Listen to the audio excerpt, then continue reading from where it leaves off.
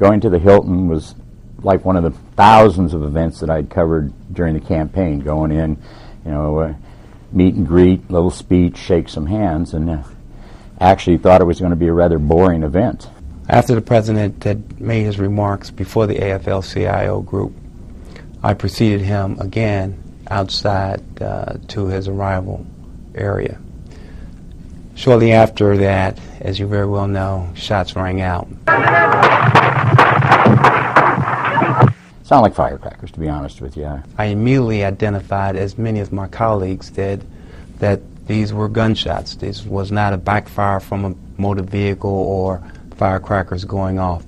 Everything happened in such a quick split second. If you looked to your right to see what the noise was, and looked back, the president was already gone. The president immediately, when the first pop went off, he kind of grimaced in his face, and that's when I pushed the shutter down. When I turned and actually drew my weapon, Hinckley was still firing. I could see the smoke from his weapon still clear. I actually had a shot at him. It was milliseconds.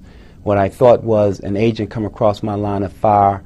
Later I learned through videotapes that it was a sergeant from the Metropolitan Police Department that came across my line of fire.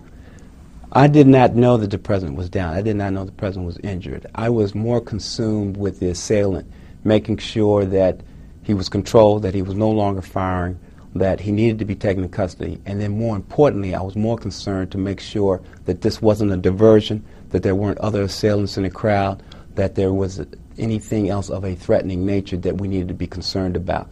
Well, I know I squeezed the shutter off, but whether or not there's going to be some blurring in it because I pushed him so fast. And back today we are fortunate.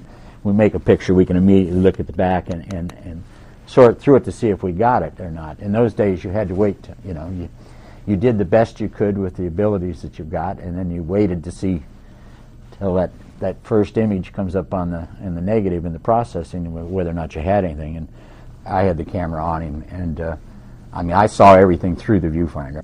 It seemed like yesterday, because I remember the incident so well, and time seems to have really flown by. But no, it does not seem like 30 years.